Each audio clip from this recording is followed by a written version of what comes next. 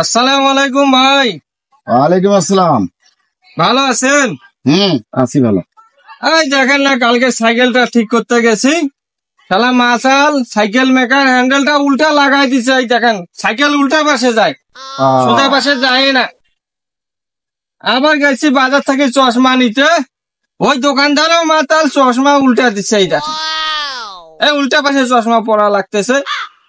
এখন আমার মনে হয় যে আমি বাদে পৃথিবীর সবাই মাতাল। এই মাতাল, যা যা থেকে যা, মাতালের বংশধর। এই ভাইয়া, কি হয়েছে ভাইয়া আমাকে ঢুলিছিস কি বলিয়া? ওই স্যান্ডেল কিনছু এক জোড়া, হ্যাঁ, তো উল্টা স্যান্ডেল দিছে।